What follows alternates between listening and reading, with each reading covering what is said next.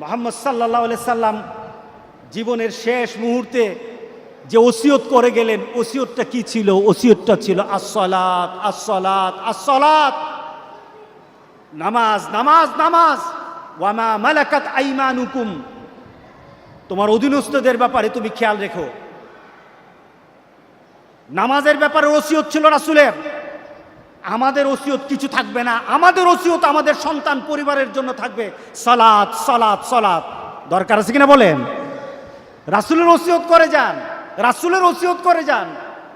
নিজের ওসিয়ত দিয়েন না, নিজের ওসিয়ত দিয়ে চলিয়ে আখিরাত বানাতে পারবেন না, ছেলে ভালো বানাতে পারবেন না।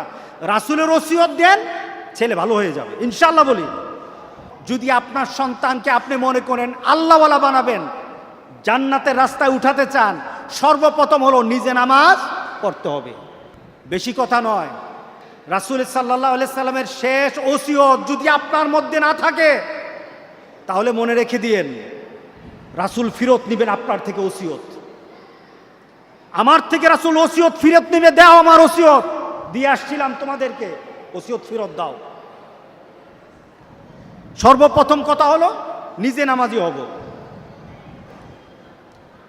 দ্বিতীয়ত, নামাজ পড়ার সময় নিজে যখন নামাজ পড়েন, ছেলে যে কোনো বয়সের হোক, 1 বছর পাশে বসিয়ে রাখেন, পাশে বসায় রাখেন, 1 বছর পাশে বসায়